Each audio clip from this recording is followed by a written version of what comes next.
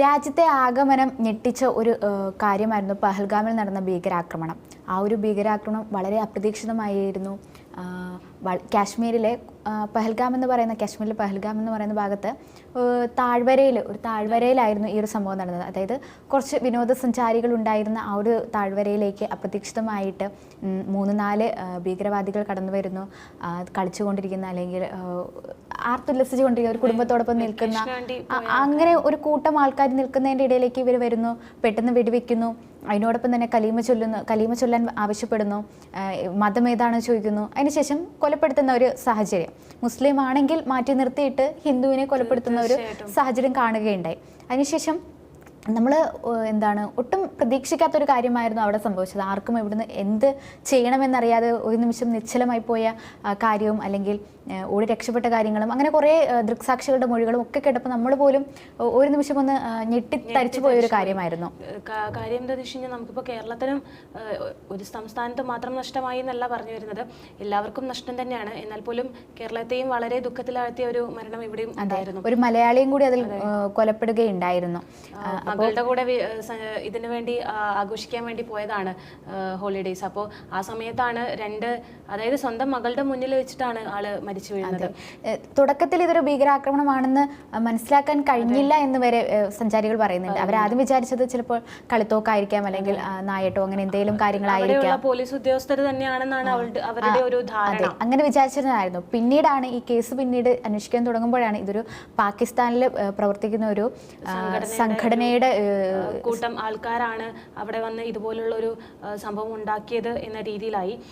എന്നിരുന്നാലും ഇങ്ങനെയൊരു ഇത് ഏതിന്റെ രീതിയിലുള്ളൊരു എന്താ പറയാ സുരക്ഷിതമില്ലായ്മയായിരിക്കാം അല്ലെ, ഏത് ഭാഗത്ത് നിന്ന്. അതുപോലെ തന്നെ എവിടേക്കോ എന്തൊക്കെയോ വീഴ്ച പറ്റിയിട്ടുണ്ട്. ഇവര് വൻ പ്ലാനിങ് നടത്തിയിട്ടാവണം കയറിയിട്ടുണ്ടാവുക. അത് പല സ്ഥലങ്ങളിലും അടച്ചു പൂട്ടിയിട്ടുള്ള സ്ഥലങ്ങളിലൂടെ നുഴഞ്ഞു കയറിയിട്ടുണ്ട് എന്ന രീതിയിലുള്ള റിപ്പോർട്ടുകളൊക്കെ വരുന്നുണ്ടായിരുന്നു. തുടക്കത്തിൽ തന്നെ നമ്മുടെ ഇന്ത്യ കണ്ടുപിടിച്ചിട്ടുണ്ടായിരുന്നു ഇത് പാകിസ്ഥാന്റെ സംഘടന തന്നെയാണിത് ചെയ്തിട്ടുള്ളത് എന്ന് കണ്ടെത്തുകയും പിന്നീട് അതിന് വേണ്ടിയിട്ടുള്ള അല്ലെങ്കിൽ അവരെ കണ്ടുപിടിക്കാനുള്ള ശ്രമങ്ങൾ ഇപ്പോഴും തുടർന്നുകൊണ്ടിരിക്കുകയാണ്. അവരെ കച്ചിത്രങ്ങളായാലും അല്ലെങ്കിൽ ആ സംഘടന അല്ലെങ്കിൽ അവരുടെ താമസ സ്ഥലമൊക്കെ വീട് വെച്ച് നശിപ്പിക്കുന്ന ബോംബിട്ട് നശിപ്പിക്കുന്ന രീതിയൊക്കെ നമ്മൾ കണ്ടിട്ടുണ്ടായിരുന്നു. ഇപ്പോഴും പാകിസ്ഥാൻ ഇതിന് സമ്മതം ചെയ്തിട്ടില്ല. അതായത് ഞങ്ങളുമായി ബന്ധപ്പെട്ട സംഘടനകളാണ് ഇത് ചെയ്തിരിക്കുന്നത് എന്നുള്ളതിന് യാതൊരുവിധ തെളിവും ഇന്ത്യയുടെ കയ്യിൽ ഇല്ലെന്നാണ് ഇപ്പോഴും പാകിസ്ഥാൻ ഉന്നയിക്കുന്ന ഒരു വാദം. പക്ഷെ നമ്മൾ അല്ലാതെ നോക്കുകയാണെങ്കിൽ എപ്പോഴും പാകിസ്ഥാനും ഇന്ത്യയും തമ്മിലുള്ള ഒരു യുദ്ധം നടക്കുമ്പോൾ ആ ഒരു യുദ്ധത്തിൽ എപ്പോഴും നമ്മുടെ വിജയം എപ്പോഴും നമ്മുടെ ഇന്ത്യക്കായിരുന്നു. അത് സൈനിക ശക്തിയുടെ കാര്യത്തിലായാലും അല്ലെങ്കിൽ ബുദ്ധിപരമായിട്ടുള്ള നീക്കങ്ങളിലൂടെയുമായിരുന്നു ഇന്ത്യ അത്തരത്തിലുള്ള ഒരു ജയം നേടിയെടുത്തിട്ടുണ്ടായിരുന്നത്. അപ്പോൾ ഇത്തരത്തിൽ ഒരു വൻ പ്ലാനിങ് നടത്തി ഘട്ടം ഘട്ടമായിട്ടാണ് ഇന്ത്യ ആക്രമിക്കാറുള്ളത്. അതുകൊണ്ട് തന്നെ ഇപ്പോഴും അങ്ങനെ നേരിട്ടുള്ളൊരു യുദ്ധമല്ലാതെ മറ്റൊരു രീതിയിൽ ബുദ്ധിപരമായിട്ടാണ് ഇപ്പോൾ ഇന്ത്യ തുടക്കം കുറിച്ചിരിക്കുന്നത് അല്ലേ. ആദ്യം ആ ഒരു സിന്ധു നദീജല കരാറിന്റെ ആ ഒരു ഇത് നിർത്തലാക്കി. നേരിട്ടുള്ളൊരു ആക്രമണമല്ല നടത്തിയിരിക്കുന്നത് ഇന്ത്യ. വളരെ പ്ലാൻ ചെയ്ത് അല്ലെങ്കിൽ ഏത് രീതിയിൽ തിരിച്ചടിച്ചാൽ പാകിസ്ഥാന് ഏറ്റവും വലിയ പ്രത്യാഘാതം ഉണ്ടാവും ആ രീതിയിലാണ് ഇന്ത്യ ആദ്യം തന്നെ ഒരു തന്ത്രപരമായ ഒരു നീക്കം ചെയ്തത്. അതെ, അതുകൊണ്ട് തന്നെ പാകിസ്ഥാൻ ഇപ്പോൾ കുടിവെള്ളം ഇല്ല എന്നൊരവസ്ഥയായിരുന്നു. ആ ഒരു സമയത്ത് അവിടുത്തെ പ്രധാനമന്ത്രി പറഞ്ഞിട്ടുണ്ടായിരുന്നു ഞങ്ങൾക്ക് കുടിവെള്ളം കിട്ടിയിട്ടില്ലെങ്കിൽ ഇതിന്റെ പ്രത്യാഘാതം ഇന്ത്യ നേരിടേണ്ടി വരുമെന്ന രീതിയിലൊക്കെ വന്നിട്ടുണ്ടായിരുന്നു. പക്ഷേ അതൊന്നും ഇന്ത്യ കാര്യമാക്കുന്നില്ല. കാരണം ഇത്രത്തോളം നമ്മുടെ 26ഓളം ആളുകളാണ് കൊല ചെയ്യപ്പെട്ടിരിക്കുന്നത്. അപ്പോൾ അവർക്കൊരു തിരിച്ചടി അല്ലെങ്കിൽ എന്തെങ്കിലും നൽകണം. കർശനമായി ഈ ഒരു സംഭവത്തെ കാണുക തന്നെയാണ് കേന്ദ്ര സർക്കാർ ആണെങ്കിലും മറ്റ് ഉദ്യോഗസ്ഥരുടെ ഭാഗത്തു നിന്നാണെങ്കിലും. ഇതൊരു വലിയ വീഴ്ച തന്നെയാണ്.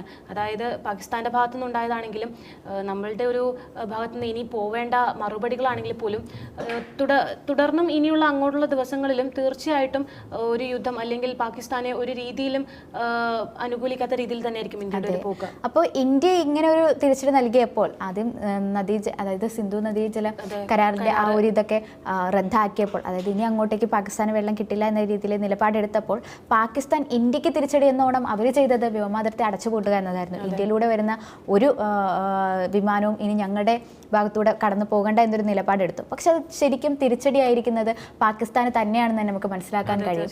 അതായത് മറ്റു വിമാനങ്ങൾ അതുവഴി പോകുമ്പോൾ അവർ കൊടുക്കേണ്ട ഒരു ഫീസ് ഉണ്ട്. ആ ഒരു പാത എടുക്കുന്നതിന് വേണ്ടിയിട്ട് ഒരു ഫീസ് കൊടുക്കാൻ പറയേണ്ടതായിട്ടുണ്ട്. പക്ഷേ ഈ ഒരു സാഹചര്യത്തിൽ അവർ വ്യോമാതിർത്തി അടച്ചിടുമ്പോൾ മറ്റു വാഹനങ്ങൾ അല്ലെങ്കിൽ മറ്റ് വിമാനങ്ങൾക്കും അതിലൂടെ പോകാൻ പറ്റാതെ ആ ഒരു ഫീസിന്റെ ആ ഒരു കാര്യത്തിൽ പാകിസ്ഥാൻ നന്നേ തളർന്നു പോകാനുള്ള ചാൻസ് ഉണ്ട്. അതെ, തീർച്ചയായിട്ടും ഇന്ത്യ ഇപ്പോൾ മുൻകൈ എടുത്ത് നടപടിയെടുത്ത എല്ലാ രീതിയിലുള്ള നിയമവ്യവസ്ഥകളിലും പാകിസ്ഥാന് തകർച്ച മാത്രമാണ് ഉണ്ടായിക്കൊണ്ടിരിക്കുന്നത്. കാരണം ഇപ്പോൾ തന്നെ സിന്ധു നദീജല കരാർ റദ്ദാക്കി എന്ന് പറയുമ്പോൾ തന്നെ പാകിസ്ഥാനെ സംബന്ധിച്ചിട്ട് വലിയൊരു തകർച്ച തന്നെയാണ്.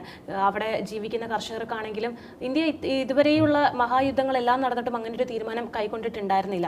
ഈ ഒരു യുദ്ധത്തിന്റെ അടിസ്ഥാനത്തിലാണ് ഇന്ത്യ അത്രത്തോളം പാകിസ്ഥാൻ വേദനിപ്പിച്ചു എന്നാണ് പറയാൻ. അപ്പോൾ അതിലൊരു അടിസ്ഥാനത്തിലായിരുന്നു ആ കരാർ ലംഘനം ചെയ്തിരിക്കുന്നത്. പിന്നീട് അത് കഴിഞ്ഞിട്ട് നമ്മൾ നോക്കുകയാണെങ്കിൽ ഒരു ഫേക്ക് പോലൊരു ന്യൂസ് വന്നിട്ടുണ്ടായിരുന്നു. അതിന്റെ ആധികാരികത പിന്നീടായിരുന്നു തെളിഞ്ഞത്. ആദ്യം പറഞ്ഞത് ഇന്ത്യയുമായിട്ടുള്ള ഈ ഒരു യുദ്ധത്തിന്റെ സമയത്ത് പാക് സൈനികരിൽ നിന്ന് തന്നെ ആളുകൾ വിരമിക്കുന്നു അല്ലെങ്കിൽ ഇനി പറ്റില്ല എന്ന രീതിയിൽ വിരമിച്ചു എന്ന് പറഞ്ഞിട്ട് ഒരു നോട്ടീസൊക്കെ പുറത്തു വന്നിട്ടുണ്ടായിരുന്നു. പക്ഷെ അത് പിന്നീട് അതിന്റെ ആധികാരിക പരിശോധിച്ചപ്പോൾ അതൊരു കള്ളമായിരുന്നു എന്ന രീതിയിൽ തെളിഞ്ഞിട്ടുണ്ടായിരുന്നു. എങ്കിൽ പോലും ഇതൊരു കള്ളത്തരമാണെങ്കിൽ പോലും അങ്ങനെ ഒരു ചാൻസ് നമുക്ക് കാണാതിരിക്കാൻ പറ്റില്ല. തീർച്ചയായിട്ടും. കാരണം അവരൊക്കെ എത്രത്തോളം പേടിച്ചിട്ടാണ് അവിടെയുള്ളവർ ജീവിക്കുന്നത് എന്നുള്ളത് ഇപ്പോൾ ഇന്ത്യക്ക് ഏകദേശം വ്യക്തമായിട്ടുണ്ട്. കാരണം ഇന്ത്യക്ക് ഉള്ള മിസൈലുകളാണെങ്കിലും ഒരു ആണവായുധ കേന്ദ്രമാണെങ്കിലും അത്രത്തോളം പിടിച്ചു നിൽക്കാൻ പാകിസ്ഥാന് കഴിയില്ല എന്നുള്ളത് പാകിസ്ഥാന് തന്നെ പൂർണ്ണ ബോധ്യമുണ്ട്. അത് മാത്രമല്ല, നമുക്കൊരു ശക്തിയുണ്ട്. അതായത് മറ്റു ലോകരാജ്യങ്ങളായാലും നമുക്കൊരു സപ്പോർട്ട് തരുന്നുണ്ട്. ഇപ്പം ഇന്ത്യ എന്ന് പറയുന്ന രാജ്യത്തിന് മോദി പല രാജ്യങ്ങളും സന്ദർശിക്കുന്നു. അത് വെറുതെ ആയില്ല എന്ന് തെളിയിക്കാൻ വേണ്ടിയിട്ട് നമുക്കിപ്പോൾ സാധിച്ചിട്ടുണ്ട്. സന്ദർഭത്തിൽ ജനങ്ങൾക്ക് തോന്നുന്നതും അത് തന്നെയാണ്. മോദിയുടെ പല രാജ്യങ്ങളും ഇപ്പം ഇന്ത്യക്ക് സപ്പോർട്ടായിട്ട് വരുന്നുണ്ട്. എന്ത് കൊടുത്തിട്ടായാലും പാകിസ്ഥാനെതിരെ നിൽക്കുമെന്നൊരു രീതിയിൽ നമുക്കൊരു ഫുൾ സപ്പോർട്ടാണ് തരുന്നത്. എന്ത് സൈനിക ശക്തി വേണോ അല്ലെങ്കിൽ മറ്റ് എല്ലാത്തിലും സപ്പോർട്ടായിട്ട് പ്രധാനമന്ത്രി സന്ദർശിച്ച അല്ലെങ്കിൽ പ്രധാനമന്ത്രി കൈകൊടുത്ത എല്ലാവരും ഇന്ന് ഈ ഒരു ആക്രമണം കഴിഞ്ഞപ്പോൾ ഇന്ത്യക്കൊപ്പം തന്നെയാണ് ഉള്ളത്. അതെ. പിന്നീട് ഒരു ഡൗട്ട് ഉള്ളതാകെ നിൽക്കുന്നത് അമേരിക്കയിലാണ്. അമേരിക്ക എന്ന് പറയുന്ന ഒരു വലിയ ലോകരാജ്യമാണ്. അത് എല്ലാ തരത്തിലും മുന്നിൽ നിൽക്കുന്ന ഒരു അമേരിക്ക ആർക്ക് സഹായം ചെയ്യും അല്ലെങ്കിൽ ആരുടെ കൂടെ നിൽക്കുന്നത് ഇപ്പോഴും ഒരു ഡൗട്ടായിട്ട് നിൽക്കുന്നെങ്കിൽ പോലും മറ്റു ലോകരാജ്യങ്ങൾ അല്ലെങ്കിൽ മറ്റു രാജ്യങ്ങൾ നമ്മുടെ കൂടെ ഉണ്ടെന്ന് പറയുന്നത് നമുക്കൊരു പ്ലസ് എന്ന് പറയുന്ന ഒരു കാര്യം തന്നെയാണ്. ട്രംപ് ഇപ്പോൾ കഴിഞ്ഞ ദിവസം കൂടി ആവർത്തിച്ച് പറഞ്ഞത് അമേരിക്ക നമ്മുടെ കൂടെ ഉണ്ടെന്നുള്ള രീതിക്ക് തന്നെയാണ് പറഞ്ഞിരിക്കുന്നത്. എന്നാൽ പോലും അത് എത്രത്തോളം വിശ്വസിക്കാൻ പറ്റും എന്നുള്ളത് അല്ലെങ്കിൽ എത്രത്തോളം അത് ശരിയാകും എന്നുള്ളത് നമുക്കറിയില്ല. എങ്കിലും മറ്റു പല പാശ്ചാത്യ രാജ്യങ്ങളിൽ നിന്നുള്ളൊരു സപ്പോർട്ട് ഇന്ത്യക്ക് നല്ല രീതിയിലുണ്ട്. കൂടാതെ നമ്മുടെ സൈനിക ശക്തിയാണെങ്കിലും കേന്ദ്രത്തിലുള്ള പല നിലപാടുകളാണെങ്കിലും ഇതിനെതിരെ ശക്തമായി അങ്ങോട്ടേക്ക് പ്രതികരിക്കും അല്ലെങ്കിൽ പാകിസ്ഥാനെതിരെ ശക്തമായി തിരിച്ചടിക്കും എന്ന രീതിയിൽ തന്നെയാണ് നമ്മുടെ സർക്കാരിൻ്റെയും ബാക്കിയുള്ള എല്ലാ ഉദ്യോഗസ്ഥരുടെയും പോക്ക്.